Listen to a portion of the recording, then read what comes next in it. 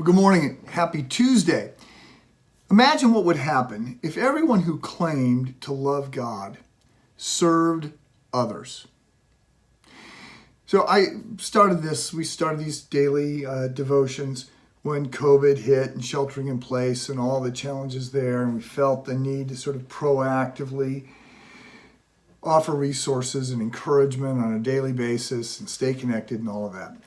I have kept these going in part because even as things open up, or perhaps not, COVID is surging at the moment, obviously, but I've kept them going because it does feel to me like we need an additional level of courage to navigate this moment. And I feel every morning like I've got a responsibility to fill my cup, to fill my tank, to be in a position to give. I've got this, I've mentioned this before, but I got Psalm 143:8 stapled, tacked to my wall right here, just off the screen. Let the morning bring me word of your unfailing love. I want to know God's love for me, the grace. I want to remind myself of the gospel, the good news, so that I'm in a position to give, not to take. I want to be a contributor. I want to be net positive. I want to be somebody that can take some hits from others that are struggling and maybe short or snarky or take cheap shots, and to be able to say, yeah, I can absorb that because I am so much in the positive camp because of all the things that Jesus has absorbed for me. I'll never balance this equation. I'm not suggesting that. But in my interactions with other people, I want to be a giver, not a taker. I want to be a server, not a consumer. And so I think that this is part of what is shaping this whole second half of Philippians chapter 4. Christianity is a prophetic more than it's a mystical faith.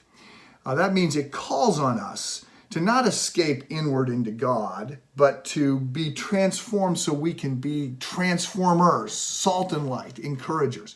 Or we escape into God so that we can actually be engaged with the world. My personal devotional reading today, I've mentioned this, copying 10 verses a day out of the Gospels, handwriting them, seeing things that I haven't seen when I read it. And so I was in John 4, the Samaritan woman, and just struck by the fact that all the other disciples are gone. So they had gone into town to get food. Well, I'm just thinking if I was with, a dozen other guys and somebody needed to go get food, we'd send one or two.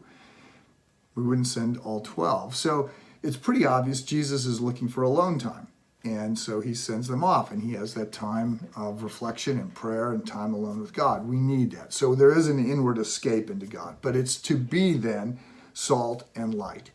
And we've got actually 3 commands that were given, and this is one of them. So Genesis 1:28, I believe, is the cultural mandate. We're supposed to be fruitful and multiply and fill the earth and then be good stewards of it. We're supposed to rule over the earth and help. Yes, so the cultural mandate. Secondly, we've got the great commandment to love God and to love others, to love God with all our heart, soul, mind, and strength, and love our neighbor as ourselves. And then we have the Great Commission, where we're to go forth and make disciples. We're to share the gospel, and we're to see people transformed.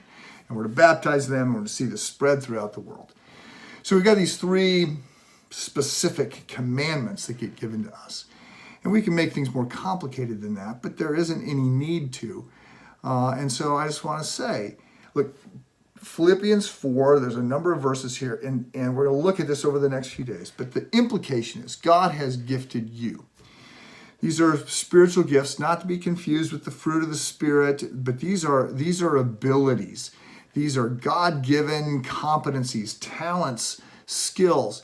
There's 4 different lists, Romans 12 and Ephesians 4 and 1 Corinthians 12 through 14, 1 Peter 4. There's 4 different lists, and the lists they differ. So it's I don't think any of them are definitive. There's just these supernatural equipments that we are given. They're given to the church. They rest with individuals. So you have been given gifts that are to be used to serve others. Imagine how different the world would be if everybody that said they loved God was net positive. They were giving more than they were taking. We'll continue this tomorrow.